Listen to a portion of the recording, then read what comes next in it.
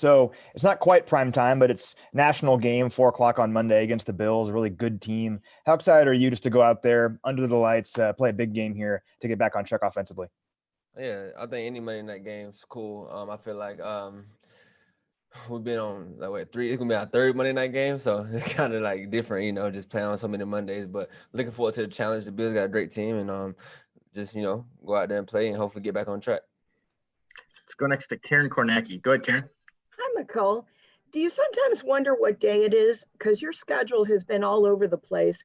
And is it hard to kind of keep some type of routine and preparation when things can change at the last minute, even if you knew that was going to happen, but actually living through it?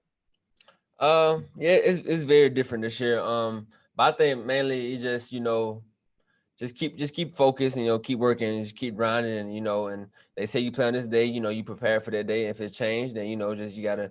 I think it's more of a mentally thing and just staying focused. I think if you stay focused, stay sharp, and be mentally prepared for everything that can happen, I think you'll be just fine. But other than that, man, just go in every day, coming to work and just work and grind and until it's time to play. And when you play, go out there and leave it all out there.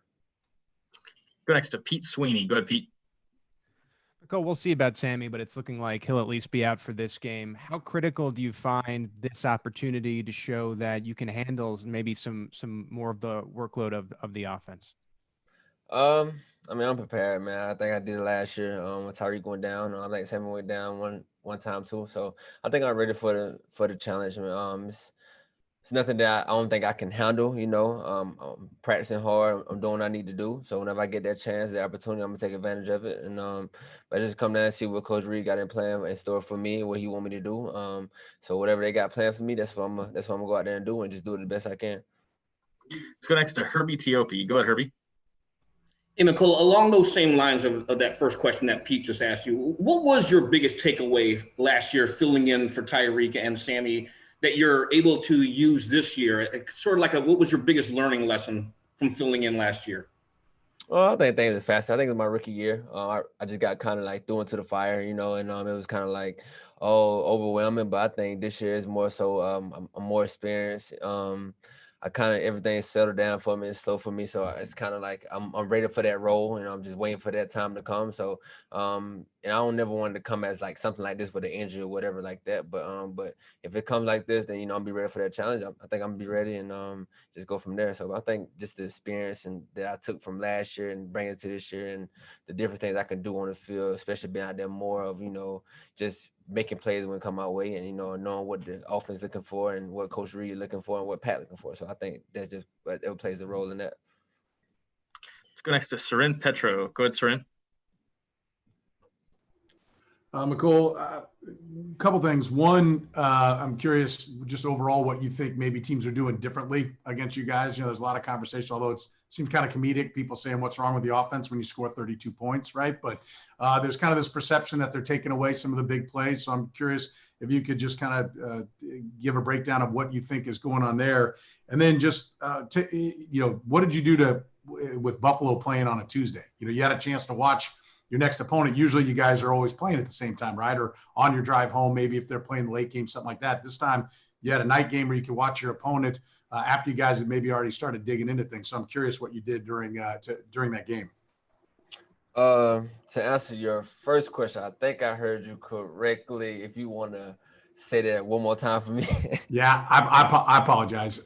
Just what they're doing differently. Like, do you agree with they're taking away your big plays and what teams are doing differently? I got you now. Okay, yeah.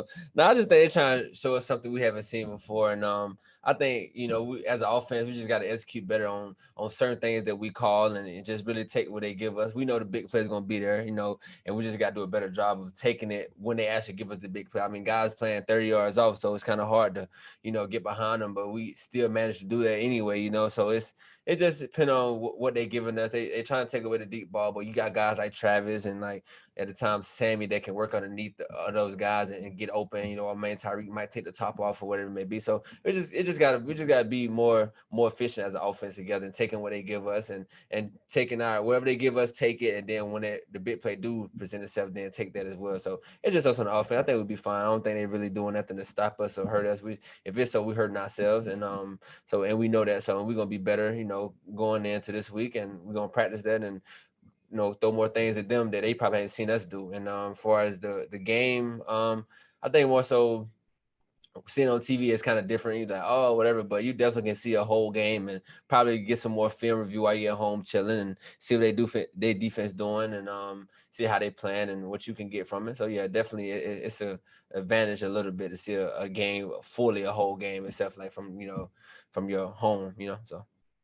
Let's go next to Adam Teicher. Go ahead, Adam. Hey, Mecole, a couple things. First of all, a lot of the numbers, as you know, show that the Chiefs are a better offensive team when Sammy's on the field as opposed to when he's not. Are there some things you can point to on the stat sheet that aren't on the stat sheet maybe that Sammy does that sort of makes this offense run? And Brad, I'll have one quick follow-up in a minute here. Yeah, I think Sammy, he does things like he blocked very well. He's a very good position route runner underneath, that I think people don't really see what he does. He get guys open, especially because with guys like him, you really got to draw attention to Sammy because he also is good after the catch as well. So there's not a guy that you just want to just keep catching the ball over and over like this. So you got to put some attention to him. And I think, like I was saying earlier with Kelsey and him working underneath me and Tyreek over the top, I think what he does is special that, that makes everybody around him better. He's a good leader. He makes sure everybody good. And like I said, he blocks very well in certain situations. He blocked after the catch and he's good after the catch, so those things are there is things that like me, myself, or like Pringle have to, step up on and why if he is out this game or whatever and step up and fill those kind of roles and some of that production that he had. So yeah, stuff like that, you definitely gotta take notice of what Sammy does, not with the ball in his hands, but what he do without the ball in his hands. Yeah, now you're your own player with your own strengths and you have your own things you bring to the offense. But do you feel like you can do some of those things if indeed Sammy's out for a game or two or whatever? You can do some of the things he does and bring some of those qualities to the offense?